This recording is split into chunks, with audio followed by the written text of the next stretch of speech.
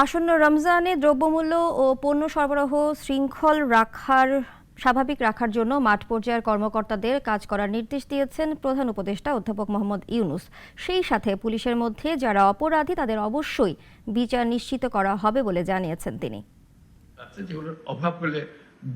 Video কনফারেন্সের মাধ্যমে সকালে ঢাকা, চট্টগ্রাম, ময়মনসিংহ ও সিলেট বিভাগের ৩১ জেলার কর্মকর্তাদের সঙ্গে নিজ কার্যালয় থেকে আলোচনায় যুক্ত হন প্রধান উপদেষ্টা ডক্টর মোহাম্মদ ইউনূস।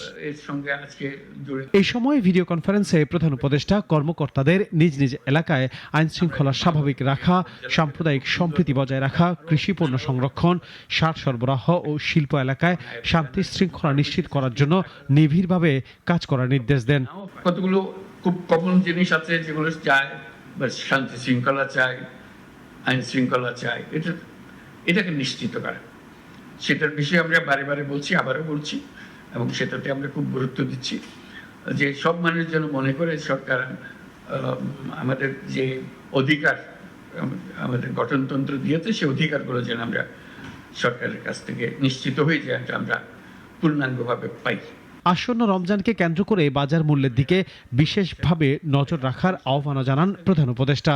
এখনকার পরিস্থিতিতে যেটা বারে বারে আসছে, আমাদের নজরে আসবে, তোমাদেরও নজরে আসবে, সবার নজরে আসবে, সেটা হলো দ্রব্যমূল্য একটা বড় ইস্যু। এখান থেকে চেষ্টা হচ্ছে কিভাবে এটাকে আয়ত্তে আনা যায়। সংস্কারের লক্ষ্যে গঠিত 15টি কমিশনের মধ্যে বেশ কয়েকটি কমিশন খুব শিগগির তাদের প্রতিবেদন দেবে জানিয়ে প্রধান উপদেষ্টা বলেন, প্রতিবেদনের পর রাজনৈতিক দল ও সাধারণ নাগরিকদের সঙ্গেও আলোচনা হবে। এর মধ্য দিয়ে দেশে নির্বাচনে একটি আবহ তৈরি হবে বলেও জানান প্রধান উপদেষ্টা। খুব সুন্দর। আনোয়ার হোসেন, নাগরিক, ঢাকা।